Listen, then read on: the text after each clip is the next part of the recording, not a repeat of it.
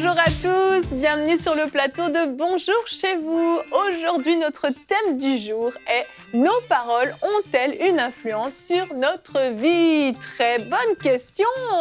Très bon thème. C'est normal, c'est moi qui l'ai inventé. Wow. Bravo, bravo. Est-ce que tu aimes cette question, Gwen? J'ai même pas envie de parler. Un point pour Evelyne. Non, mais Alors, sur le plateau de Bonjour chez vous, il faut se lancer des fleurs à soi-même parce que personne ne nous en lance, sinon c'est comme ça. génial. On dira pas Cette ce question. qu'on nous lance. Je mets en pratique le thème, je dis des paroles Vraiment, de bénédiction sur ma vie. ce titre est Allez, je génial. vais saluer notre invitée si vous me le permettez. Bonjour Sandra Kwame. Ça va? Ça va super.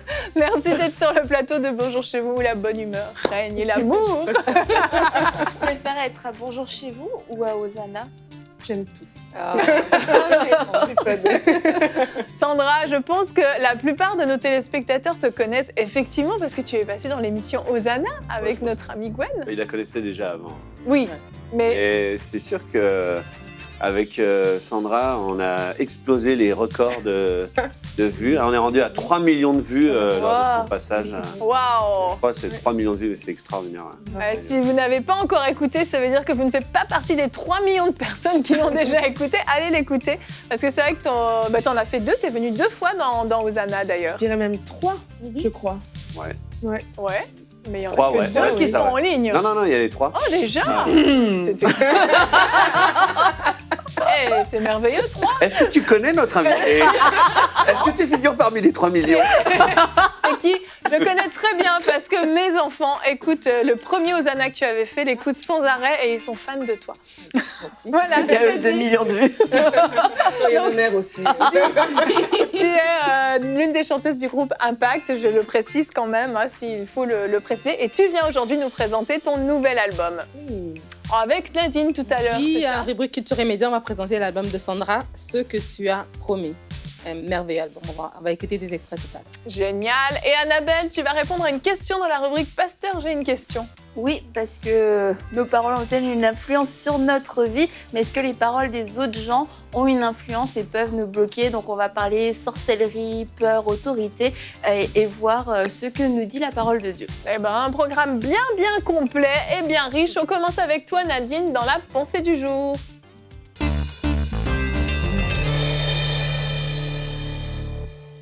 Aujourd'hui, le titre de ma pensée, c'est « Ta bouche est puissante ». Parce que oui, monsieur, madame, ta bouche est puissante. J'ai lu une étude récemment, une statistique qui disait que les adultes disent environ 16 000 mots par jour. On prononce environ 16 000 mots par jour. Et dans ces mots, qu'est-ce qu'on dit réellement? Si on devrait faire une écoute de nos mots, s'il y aurait des scientifiques qui se cacheraient dans un coin et qui nous observeraient pendant toute la journée et retireraient l'essence de ce qu'on dit, qu'est-ce qu'ils y trouveront? Est-ce qu'ils y trouveront des paroles de foi? Ou est-ce qu'ils trouveront des paroles de découragement? Est-ce qu'ils trouveront des paroles qui parlent la vérité de Dieu ou des paroles qui parlent la réalité des circonstances? Et donc, c'est ça qu'on va parler aujourd'hui. Il faut que dans votre bouche, on trouve des belles paroles. La Bible nous dit dans Jacques 3 au verset 5, « De même que la langue est un petit membre, elle se vante de grandes choses. Voici comment un petit feu peut embraser une grande forêt. » Oui, la langue, la parole peut faire toute la différence. La parole est puissante, alors il ne faut pas parler pour ne rien dire. Nous sommes créés à l'image de Dieu et Dieu a créé le monde par sa parole. Et de la même manière, nous aussi, quand nous parlons, nous déclarons des choses. Nous pouvons construire ou nous pouvons détruire par notre bouche. Matthieu 18 nous dit... C'est Jésus qui parle, il dit, je vous le dis en vérité, tout ce que vous lirez sur la terre sera lié dans le ciel et tout ce que vous délirez sur la terre sera délié dans le ciel. On utilise beaucoup ce verset dans le cadre de la prière, mais je crois que ça vient vraiment apporter une révélation sur la puissance de la déclaration, la puissance qui est derrière nos mots lorsque nous les prononçons. Et vraiment, les paroles ont une influence et je vais vous donner 2 sphères dans lesquelles les paroles ont une influence, mais il y en a beaucoup plus. Ils ont une influence sur notre quotidien, notre day-to-day, la vie de tous les jours, les paroles qu'on prononce sur soi-même. Si on prononce des paroles de défaite, des « je vais échouer »,« je suis incapable »,« je n'y arriverai pas », ça ne marchera jamais. Ces paroles, on les prononce des fois à la légère, mais elles ont une influence dans notre vie au quotidien.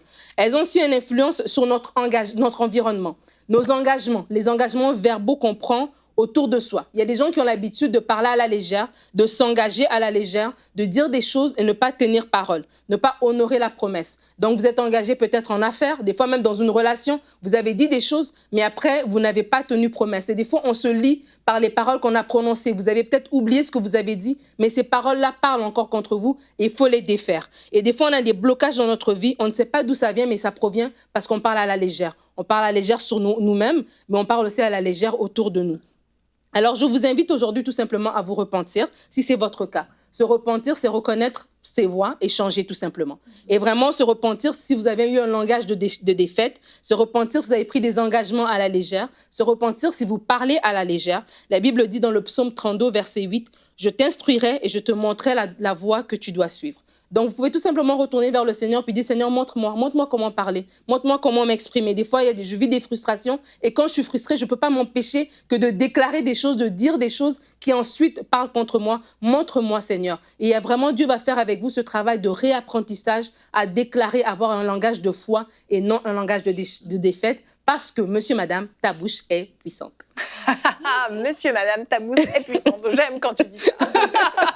Merci Nadine et je dis Amen à toutes tes paroles. Amen. Elles étaient inspirées. Nos paroles ont une influence sur notre vie. Et oui, on répond tout de suite à la question. Nos paroles ont une influence sur notre vie. Et nous vous avons posé la question à la maison, chers amis téléspectateurs, sur notre chaîne YouTube. Nous avons fait un sondage. Pensez-vous que vos paroles puissent influencer votre vie? Vous avez été 96% à répondre oui, positivement et négativement. Donc on voit que tout le monde en a bien conscience. 3% uniquement quand je prie, 1% non, c'est de la superstition. On va parler un petit peu de tout ça, parce que parfois, ça vire un peu à la superstition, justement, les paroles. Là, on est tellement prudent avec ce qu'on dit que ça devient presque de la superstition, justement. Donc, en fait, la frontière est très, très fine. Oui, on sait que ça a une influence, mais jusqu'où on fait vraiment attention à ce qui sort de notre bouche et jusqu'où nos paroles peuvent influencer notre vie, jusqu'où, justement, ça peut devenir de la superstition. On va démêler un petit peu tout ça aujourd'hui. Nadine, première chose que tu voulais aborder comme point, c'est justement qu'est-ce qui arrive quand on confesse des bonnes choses ou des mauvaises choses dans notre vie? Qu'est-ce qui se passe quand je déclare, par exemple, je ne serai jamais capable d'animer Bonjour chez vous? Ben, quand on déclare des choses comme ça, c'est que quand on déclare des mauvaises choses, c'est que l'ennemi se sert de nos paroles, en fait. Et il les prend. J'avais écouté une prédication d'une dame que j'aime beaucoup qui s'appelle Priscilla Shirer. Et elle prêchait et elle donnait un exemple qui était vraiment super. Je me suis dit, ça s'applique vraiment à cette situation ici, de cette émission. Elle parlait de la grue blanche. La grue blanche, c'est un oiseau, OK? Que quand il vole... je pensais une grue de chantier, moi. C'est un oiseau qui, quand il vole, il émet un son. Mais cet oiseau, il y a des prédateurs. Les aigles sont des prédateurs pour cet oiseau-là. Alors, quand il émet le son, les aigles l'entendent et bien viennent l'attaquer. Mais quand il devient adulte, quand les grues qui sont plus matures, plus adultes, avant de prendre leur envol, ils prennent un caillou qu'ils mettent dans leur bouche. De manière à ce que quand ils volent et que l'instinct en eux d'émettre un son se manifeste, ils ne peuvent pas émettre le son, donc l'ennemi ne peut pas les attaquer. Wow. C'est la même, je dis, l'application dans notre vie de tous les jours, elle est super, oui. Parce que c'est ça en fait. Quand on est dans des situations de frustration, quand on est dans des difficultés, quand on émet ces plaintes-là, qui sont peut-être une réaction naturelle quasiment de nous de vouloir exprimer ce qui se passe, c'est qu'en fait l'ennemi le prend pour nous. Donc ça veut dire, si tu dis je ne peux pas animer Bonjour chez vous, le jour où tu te lèves et tu ne te sens pas bien, ben, l'ennemi vient souffler dans tes pensées, ben, tu vois, tu peux pas, nanana, nanana. Et c'est comme ça que l'ennemi prend les paroles de nos bouches pour les tourner contre nous, en fait. Ouais, c'est bien, j'aime bien l'exemple. Bah, je ne vais pas dire qu'il faut se mettre un caillou dans la bouche, quoique parfois, en cas d'extrême urgence, on peut essayer le caillou. Encore moins une grue. C'est pire. Ah, c'est un conseil que je donne. Mais l'inverse, c'est vrai. L'inverse est puissant quand on a des paroles de foi. Parce que là, on est dans une émission chrétienne. On veut vous encourager à déclarer des paroles de foi. Et c'est ça, en fait. J'aime ce verset. Annabelle, tu vas le reconnaître parce que c'est un verset que j'aime beaucoup. Proverbe 30, verset 5, qui dit « Chaque parole de Dieu est entièrement vraie. Il défend comme un bouclier ceux qui se confient en lui. » Et quand on déclare la parole de Dieu, quand on déclare la parole de Dieu sur nos circonstances, là, Dieu peut prendre cette parole-là. Là, Dieu peut attester ce qu'on dit parce qu'il défend sa parole. Et quand je suis dans un temps de difficulté, je dis non, l'Éternel est celui qui pourvoit à mes besoins, au lieu de pleurer sur ma situation, ces paroles-là me fortifient. Dieu répond à ces paroles-là, ces paroles fortifient les personnes autour de moi et je peux qu'aller de l'avant, en fait. Amen. La Bible dit que la mort et la vie sont au pouvoir de la langue. Et C'est notre verset du jour. Oh On l'affiche. oui, affichons-le. Affichons-le. Tu vas pouvoir le lire, Annabelle. La mort et la vie sont au pouvoir de la langue et vous aurez à vous rassasier des fruits que votre langue aura produits. Ah ouais. C'est le verset. Oui, oui. Tu citais, Annabelle. Et il y a vraiment cette notion de semence, en fait. Et on va manger tôt ou tard ce qu'on va avoir semé. Et c'est pas une histoire de superstition, c'est juste que nos paroles ont de la puissance. Et elles ont une puissance qui est soit qui va produire soit quelque chose de bon, soit quelque chose de mauvais. Et quand on le réalise, bah, c'est là que on va faire attention à ce qu'on dit, pas parce que j'ai peur que le diable m'attaque. C'est juste parce que bah, mes paroles sont puissantes et je sais que demain je vais en manger le fruit. Qu'est-ce que je veux manger demain? Est-ce que je veux manger la foi? Est-ce que je veux manger du courage? Est-ce que je veux manger les promesses de Dieu? Ou alors est-ce que je veux manger une réalité qui aujourd'hui me déplaît? Et en fait, c'est juste d'avoir cette comment on dit? Hop. Ah bon, Sandra, mais il du tien. C'est une devinette. Une bulle. Ouais, bah tu vois, quand tu réalises, t'as cette révélation, voilà, quand même. Moi, j'y avais pensé, mais ça me paraissait trop évident. Oui, bah ouais, quand on a cette révélation, d'un seul coup, on devient très responsable de nos paroles. Ça, pardon, t'allais parler? Pas du tout. Et donc, on voit vraiment que c'est le modèle de Dieu, de la parole. On voit, moi j'aime bien ce que dit Kenneth Copeland, il dit que l'Esprit de Dieu se mouvait au-dessus des eaux, mais qu'à ce moment-là, il se passait toujours rien, tant que Dieu n'avait pas parlé. Et c'est à partir du moment où Dieu parle que l'Esprit de Dieu a fait les choses, a créé les choses. Mais c'est à partir de sa parole. C'est vrai. Et si Dieu est comme ça, on doit être comme ça aussi. Et on parle aujourd'hui de superstition, on parle de ces versets qu'on voit là. Mais je pense que les gens, ils s'imaginent pas à quel point c'est important, à quel point toute leur vie est basée sur ce qu'on a pu leur dire. Même si on pense à une personne qu'on connaît, on va se souvenir d'une chose que cette personne nous a dit. Donc, comme quoi les paroles ont vraiment une importance et ont un poids. Révélation.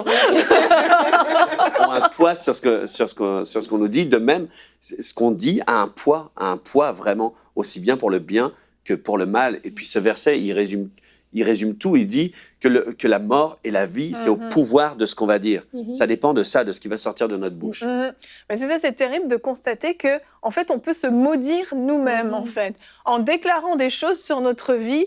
Alors, il s'agit pas non plus, c'est pour ça que je dis que la frontière est fine avec la superstition. Il s'agit pas non plus de dire, parce que voilà, j'ai un rhume, j'ai pas de rhume, ok, puis je vais toucher du bois. C'est pas ça l'idée.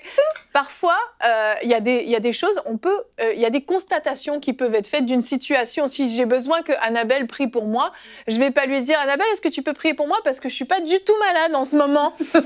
Comprends que je suis malade et prie parce que... » Pour de vrai, j'ai déjà entendu, j'ai eu des discussions des fois avec des sœurs qui ne voulaient pas, par peur de déclarer du mauvais, ils avaient des conflits dans leur couple, par exemple, des problèmes de santé, et en fait, qui préféraient ne rien dire du tout, mais qui étaient pas du tout dans la foi finalement, qui étaient en train de subir la situation, mais par peur de dire quelque chose de mauvais, préféraient ne juste pas demander de l'aide et puis dire simplement la situation. Donc c'est pour ça que je dis, faut quand même nuancer, mais l'idée c'est la déclaration, c'est quelque chose dans lequel on met sa foi finalement. On met sa foi, on est sans arrêt en train de le répéter. Si tu manges toujours ça, tu vas avoir du diabète. Oui, c'est ça, il y a une différence entre verbaliser quelque chose et déclarer la chose. Voilà, exactement. Vas-y, tu peux élaborer là-dessus. C'est juste le mot verbaliser que mais je c'est vais très bien, tu peux élaborer quand même. D'accord, j'élabore. Tu dois élaborer. Il y a une différence, c'est ça, c'est pas de la superstition, c'est qu'on s'appuie sur la parole de Dieu. Verbaliser une situation, si tu es malade, si tu as un conflit, si tu as un problème, tu l'as verbalisé, mais tu n'as pas mis ta foi dans ce que tu viens de dire, tu as juste fait un constat, voilà, en fait. C'est ça. Mais la déclaration dont on parle, c'est une déclaration qui est basée sur la parole de Dieu. C'est pour ça que c'est pas de la superstition. Parce que quand on parle de déclarer, quand on parle de la puissance de nos paroles, on parle du langage de la foi. La Bible dit dans Romains 10 au verset 17, ainsi la foi vient de ce qu'on entend et ce qu'on entend vient de la parole de Christ. Donc ce que nous disons, c'est basé sur la parole. Quand j'étais en train de faire cette pensée, j'étais en train d'écrire et puis j'ai pensé à des gens qui ont des problèmes au niveau professionnel. OK? Et je me suis dit, OK, d'accord, on parle de déclarer, on parle de l'influence des paroles sur notre vie. Et Pierre, il a pêché toute la nuit, il n'a rien trouvé. Et quand Jésus est venu vers lui, il a dit, jette le filet de l'autre bord. Il a dit, sur ta parole, je jetterai le filet, n'est-ce pas? Donc, Pierre ne s'est pas reposé sur lui-même, il s'est reposé sur la parole que Dieu lui avait donnée. Et vraiment, c'est une parole que j'ai reçue pendant que je faisais cette pensée, qu'il y a des gens qui envoient des CV, qui envoient des CV, hein, mais qui disent qu'ils ne trouveront pas du travail. Qui envoient des CV, mais qui disent qu'il n'y a pas de travail dans ce pays. Qui vont à des entrevues, mais qui déclarent... Donc, tu défais ce que tu viens de faire, en fait. Mais ce que tu dois faire, c'est que oui, tu as envoyé tes CV. Tu en envoies peut-être en envoyer 5, 10, 100, peu importe. Mais maintenant, je dis, OK, quelle est la parole de Dieu pour moi? Si Dieu dit dans sa parole qu'il donne la semence au semeur, Seigneur, tu me donnes un emploi. Et même si dans mon entreprise, tout le monde est en train de perdre son emploi parce qu'on fait des mises à pied, je suis l'exception. Quand tu envoies ton CV, tu l'envoies avec cette pensée-là. Mais il y a beaucoup de gens dans leur vie professionnelle qui vivent des temps de sécheresse, par exemple, parce qu'ils sont en chômage, mais ils sont maintenus dans le chômage parce que leurs paroles sont des paroles de défaite dans leur situation de chômage. En fait, c'est ça la nuance que je voulais apporter. Très bon point. Ouais. Non, je pense justement, des fois, c'est vraiment dans le travail, mais c'est dans toutes nos situations. Il y a tellement de fois où les célibataires, oh, je ne trouverai jamais, je ne suis pas assez bien, que ce soit pour le ministère, oh, j'y arriverai jamais, je ne suis pas assez bonne, je ne suis pas assez qualifiée. Et c'est toujours on a cette tendance naturelle de toujours vouloir justement se dégrader nous-mêmes. C'est vrai. Puis beaucoup avec nos paroles. Alors que comme tu dis, des fois, c'est juste d'aller chercher dans la parole ce que Dieu dit pour nous. Non, oui, je suis qualifiée, oui, je t'ai choisi, je t'ai équipée, je t'ai donné mon esprit. Puis c'est pas de l'auto... comment on appelle ça, là? C'est pas de l'autogratification. Aussi, on a peur des fois de prendre certaines paroles. Puis non, c'est juste de chercher... On pourrait dire c'est de l'orgueil. Mais c'est ça, alors qu'en fait, c'est juste de s'approprier les vérités que Dieu nous a données dans sa parole, les vérités que Dieu nous donne au travers des autres aussi, et puis de s'équiper de ces armes-là à chaque jour, et au contraire de remplacer nos pensées par ses pensées. Amen. Et de justement aller chercher ces paroles-là dans nos vies. Exactement. Tout à l'heure, tu parlais de la superstition. Je voulais juste dire qu'il n'y a pas de puissance dans le déni, en fait. C'est pas parce que C'est vrai. c'est pas parce que tu te tiens devant une situation et puis que tu la nies, que tu dis que ça n'existe pas, etc. Il n'y a pas de puissance. La Bible ne dit jamais qu'il y a une puissance dans le déni, mais par contre, elle dit qu'il y a une puissance dans ses promesses, dans la déclaration de la parole, et c'est comme ça qu'on les obtient. Et même si c'est parce qu'on a des vents contraires, etc., et ben la Bible nous dit de prendre autorité sur les vents contraires. Elle nous dit de prendre autorité si le diable nous attaque, s'il y a un manque, s'il y a ceci, cela. Elle nous dit de prendre toujours autorité selon la parole, mais pas de faire un déni. Si tu commences à vivre une vie de déni, ça, c'est de la superstition. Exactement. Bah, surtout que la plupart du temps, le déni et la source du déni, c'est la peur. Donc, c'est sûr C'est que clair. la peur ne peut pas Par contre, il y a fonctionner une avec puissance la dans foi. la peur. Oui, voilà, il y a une puissance dans la peur. Et je crois que la peur accompagnée du déni peuvent provoquer ce dont tu as parlé, le fait de ne pas vouloir parler. Et c'est parce qu'on a peur que quelque chose se passe. Mais lorsqu'on est dans la foi, bah, on n'a pas de souci à dire, voilà, la situation est comme ça parce qu'on lui fait face, parce que c'est pas la situation qui me fait baisser les yeux. Je regarde cette situation, mais je dis, mais voilà, quelle est la promesse de Dieu?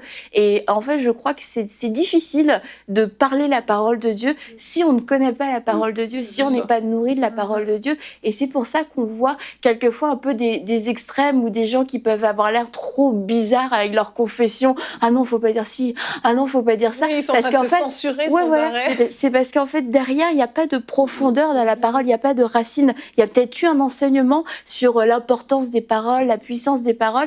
On a saisi la pratique de l'enseignement, mais il n'y a pas cette vie à l'intérieur. Et du coup, bah, la parole n'est pas là, on ne sait pas sur quoi s'appuyer. On sait juste qu'on ne doit pas dire certaines choses, mais on ne sait pas ce qu'on doit dire. C'est ça. Donc ça fait que ça crée totalement des équilibres et ça ne crée pas de résultats. Donc je crois que la clé pour avoir la parole de Dieu, comme tu l'as dit, c'est d'aller voir dans la parole, qu'est-ce que me dit la parole, qu'est-ce que dit Dieu, quelle est sa pensée. Et là, je vais avoir sa pensée et je vais parler comme lui, en fait. Parce que la parole est créatrice de vie, en fait. Et quand on a conscience de ça, il y a ce verset qui dit « J'appelle à l'existence les choses qui n'existent pas ». Et en fait, par nos paroles, on peut vraiment faire ça, appeler à l'existence certaines choses. Moi, je me souviens quand j'arrivais pas à avoir d'enfants, la première partie de ce long combat pour pouvoir avoir des enfants, c'était « Non, tout va bien, il n'y a pas de problème, il n'y a pas de problème ». Mais quand j'ai été confrontée vraiment que le médecin m'a dit « Non, il y a un problème », j'ai pas fait « Non, il n'y a pas de problème ». problème, il n'y a pas de problème. OK, il y a un problème, qu'est-ce que la parole de Dieu dit? Et là, je suis rentrée dans un combat au point où je m'étais retrouvée, pour ceux qui connaissent mon histoire, à déclarer « je suis enceinte, je suis fertile », alors que selon les médecins, c'était impossible. Il fallait que je prenne un traitement. Et cette parole-là a créé la vie. J'étais enceinte à ce moment-là. Et en fait, on voit qu'il y a vraiment une puissance quand, justement, on y met la foi. C'est pas juste le fait de dire des mots. Les mots ne sont pas magiques en eux-mêmes. Les mots ne peuvent rien faire. Mais la foi qu'on associe à ces paroles-là, de croire que Dieu se sert de mes paroles et que par ces paroles-là, il crée quelque chose. Il change les circonstances. Il met en place des personnes sur ma route, que ce soit au niveau du travail, que ce soit au niveau du couple, dans toutes sortes de situations. Il y a quelque chose qui se produit quand j'associe ma foi à mes paroles. Et là, ça devient vraiment puissant. Ça devient vraiment puissant. Joël 4,10 nous dit que le faible dise « je suis fort ». Et je riais l'autre jour quand je repensais à ce verset, j'étais avec mon mari. Et puis je lui dis, ça dit pas... C'est le gros délire chez les cabouillards. Je l'ai dit, ça ne dit pas que le faible dise « je vais au gym ». Ça dit que le faible dise « je suis fort ». On arrive là-dessus, mais bon, vous n'êtes pas un bon public. Pas grave. Je dis aussi, moi aussi. Et cette puissance de parler sur nos circonstances est super important. Et vraiment, pour conclure ma pensée, j'ai envie de partager sur le psaume 118 au verset 24. Ça dit « C'est ici la journée que l'Éternel a faite, qu'elle soit pour nous un sujet d'allégresse et de joie. » Et je veux vraiment parler aux gens qui ont des paroles négatives, mais au quotidien. Parce que ça commence là, en fait. Avant d'avoir des paroles de foi pour l'infertilité ou bien pour le chômage ou pour la guérison et tout ça, c'est d'abord dans le quotidien. Et des fois, il y a des gens, j'ai vraiment cette pensée qui se lève et qui maudissent leur journée avant même. Il n'est même pas 9h du matin. Tu es déjà arrivé au travail, tu as un collègue de travail, il n'est même pas 9h, il est déjà fâché. Il n'est pas à l'aise, mais on est juste le matin. On vient juste de commencer la journée. Donc on peut être de mauvaise humeur le soir. Non, mais donne une chance. Il n'y a rien qui s'est encore passé. C'est ça que je vais dire, en fait. Et il y a des gens qui sont comme ça. Et vraiment, je vous encourage. Comme le psalmiste a dit, voici la journée que l'Éternel a faite, qu'elle soit pour nous un sujet de joie. Et de dire, OK, Seigneur, je déclare qu'il y a tu changes mes émotions. Mon langage fait que je change mes émotions au jour le jour. Je suis plus une personne qui est de mauvaise humeur. Je suis plus une personne qui marche dans la défaite, qui marche la tête basse, qui a toujours l'impression qu'elle est un paratonnerre de malédiction qui va attirer des choses mauvaises dans la journée. Il y a des gens qui s'attendent vraiment à ce que... Ils ont l'impression qu'il y a une tempête qui les attend au coin de la rue. Mais vraiment de changer son langage. Et quand tu changes déjà ton quotidien, après, les autres choses vont s'enclencher, en fait. Amen. Merci Nadine, ce bon contenu de pensée. Et Annabelle, on va continuer avec toi. Dans Pasteur, j'ai une question. Et donc, tu nous l'as dit, tu vas nous parler de plein de choses aujourd'hui. Esther de France a demandé, donc, est-ce que des paroles prononcées par des personnes peuvent bloquer nos vies? Je vais la faire à la Jonathan.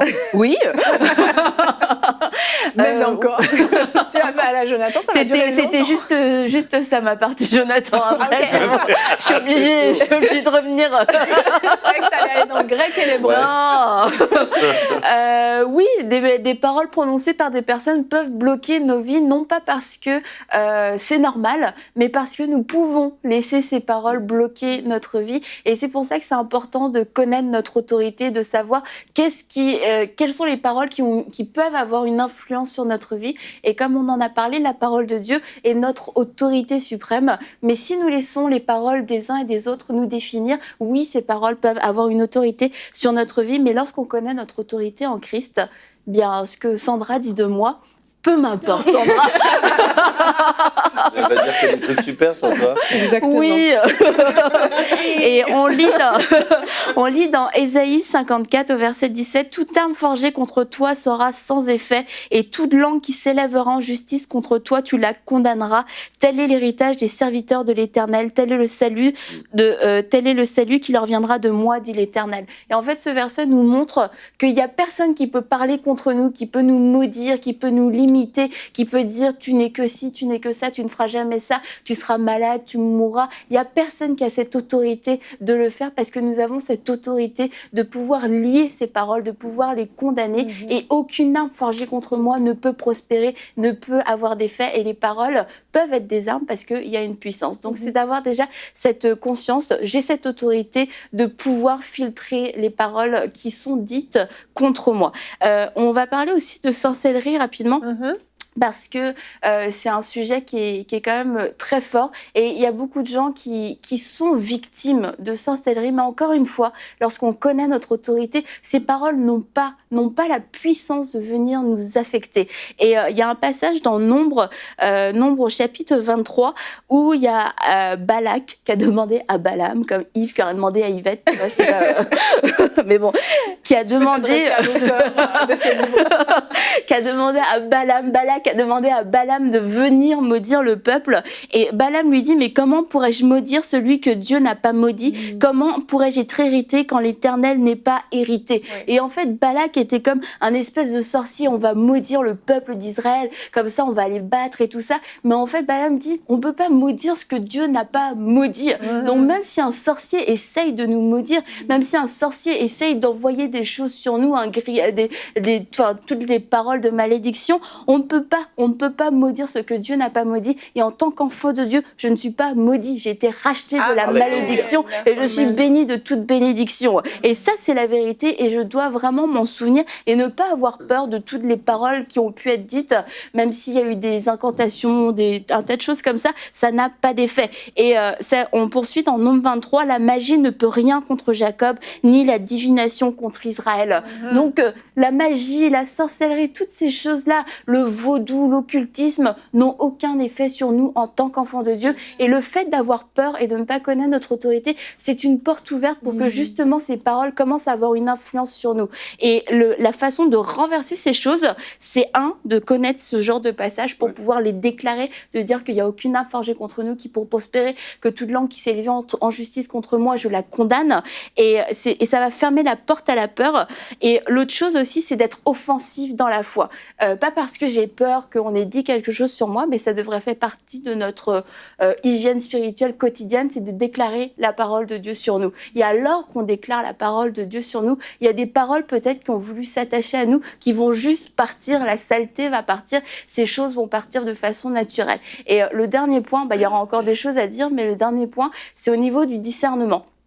Parce que quelquefois, il y a des paroles qu'on a acceptées parce que ça nous a été dit quand on était peut-être plus jeune ou qu'on n'était même pas dans le Seigneur et c'est devenu comme une vérité pour nous et aujourd'hui, on se bat pas pour condamner cette parole, pour la briser parce qu'on sait même pas que c'est un mensonge mais finalement, ça nous limite.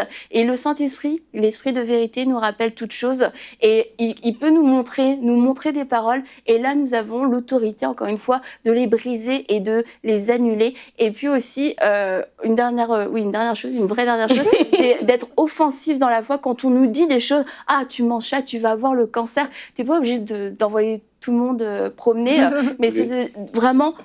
Dis-le toi, non, je n'aurai pas le cancer, je vivrai, je raconterai les merveilles de Dieu, je serai rassasié de joie. Comme ça, on est certain que ces paroles n'ont aucun espace pour trouver, aucun espace pour être planté et porter un quelconque fruit, être offensif dans la foi. Donc ça revient encore une fois à connaître notre autorité, connaître la parole de Dieu.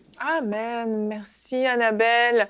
Vous avez été grandement bénie par sa réponse parce qu'il y a plein de clés. Je vous invite même à réécouter la réponse sur notre replay, sur notre chaîne emcitv.com parce que tu as donné plein de clés. Et allez lire l'histoire de Balaam et Balak parce qu'elle est super intéressante, mine de rien. Elle nous démontre vraiment justement cette autorité qu'on a en Jésus-Christ.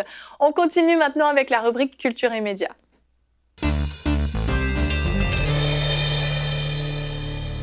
Nadine, tu nous présentes avec Sandra l'album de Sandra, justement, Ce que tu as promis. Oui, on va parler de l'album de Sandra, mais avant tout, on va d'abord parler de Sandra elle-même.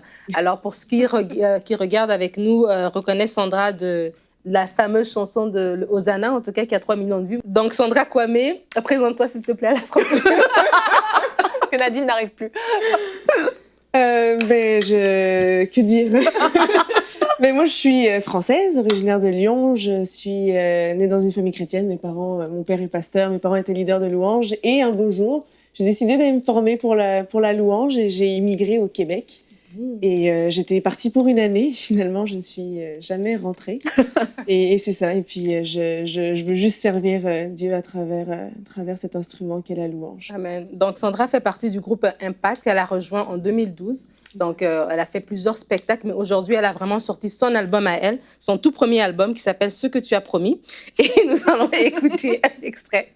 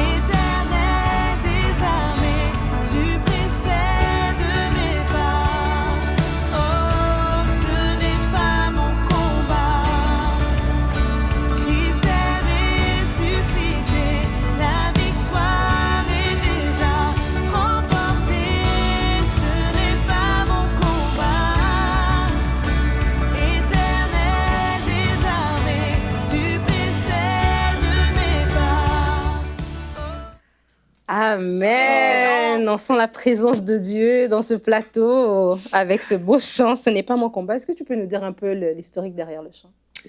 Ce chant, c'est l'un des premiers que j'ai composé. En fait, je m'étais retrouvée dans une période où j'avais eu des problèmes de visa. Donc, j'avais perdu mon emploi et mon mari, lui, était en arrêt maladie.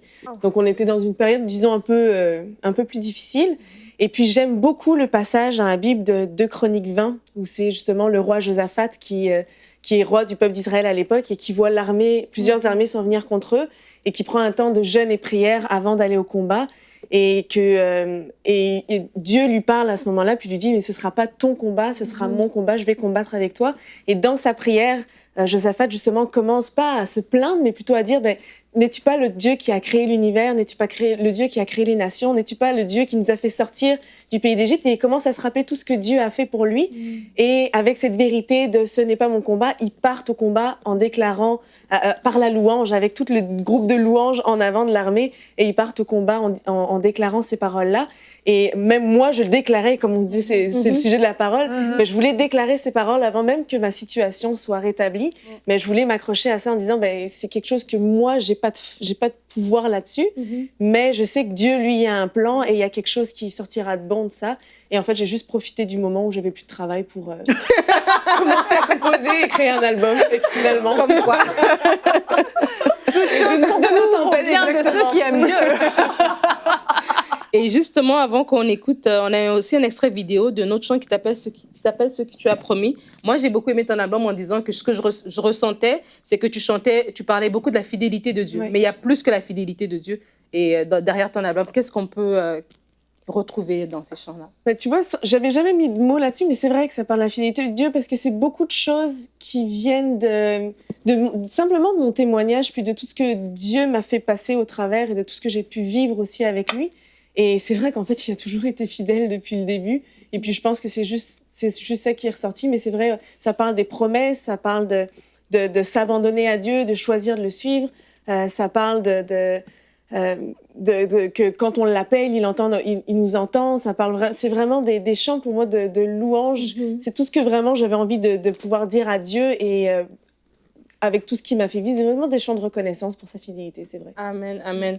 Et vraiment, on va écouter la vidéo. Et ce que j'aime, en fait, c'est des chants qui sont, comme tu dis, c'est quelque chose que toi-même, tu as déclaré. Et je crois que c'est des gens qui peuvent écouter ça, ils peuvent se retrouver là-dedans et se dire, attends, je peux aussi dire ces choses-là. En fait, c'est comme si tu chantes les mots de nos cœurs, en fait. Nous avons les mots dans nos cœurs, on n'a peut-être pas la voix.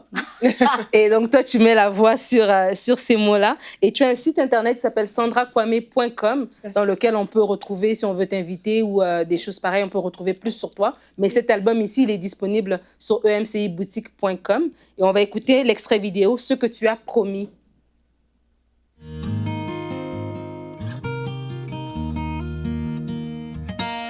J'entrerai dans tes promesses, affrontant mes forteresses.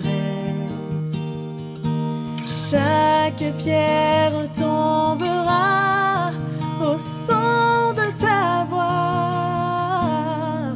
Non, rien ne pourra m'arrêter. Oh Dieu, je crois en toi. Je me confie en toi. Tout ce que tu as promis, tu peux l'accomplir. Tu peux l'accomplir.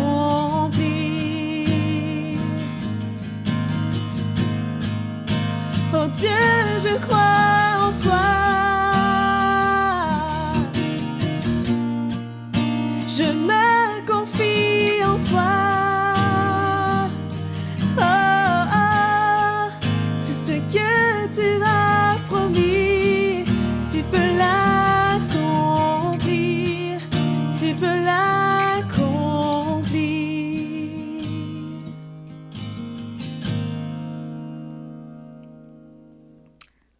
Amen. Une super belle chanson. Les promesses de Dieu sont vraies.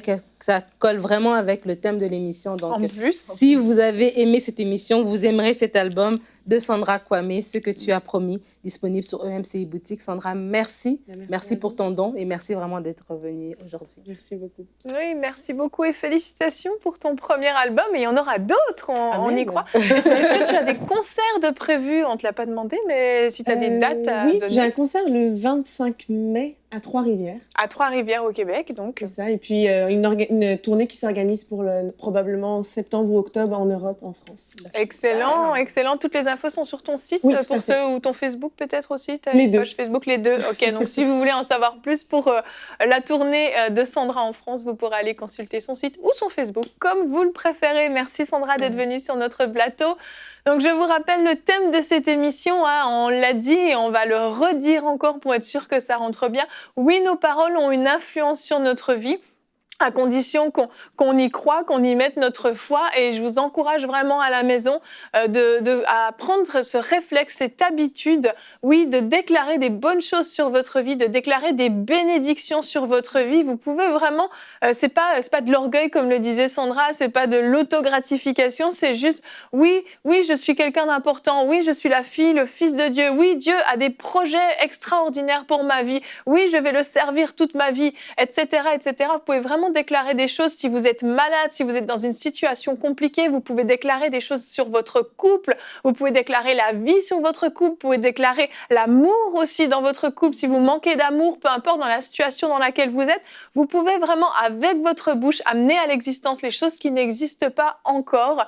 Et comme je l'ai dit dans l'émission aussi, je vous invite à réécouter la réponse d'Annabelle concernant la sorcellerie. On sait qu'il y a des pays où la sorcellerie est excessivement active et puis malheureusement, il y a trop de chrétiens encore qui se font écraser par la sorcellerie, par des paroles de malédiction et qui se font voler leur identité, voler leur autorité, voler leur vie parfois aussi. Donc, je vous invite vraiment à creuser ces thèmes-là. C'est des thèmes importants. Nos paroles ont de l'importance. Veillons-y. Et s'il faut, mettez un caillou dans votre bouche. Je l'avais gardé pour la fin, celle-là. Wow. On se retrouve demain. Notre thème sera « Dieu ne cherche pas des personnes parfaites ». Eh bien non, Dieu ne cherche pas des personnes parfaites. Il nous prend imparfaites et il fait de nous des personnes parfaites. Et nous aurons Gwen qui fera la pensée du jour et la rubrique « C'est mon histoire » avec Elisheva, cette artiste que vous avez découvert dans Hosanna. Eh bien, vous allez découvrir son histoire dans la rubrique « C'est mon histoire ». On se retrouve demain. Soyez bénis et bonjour chez vous.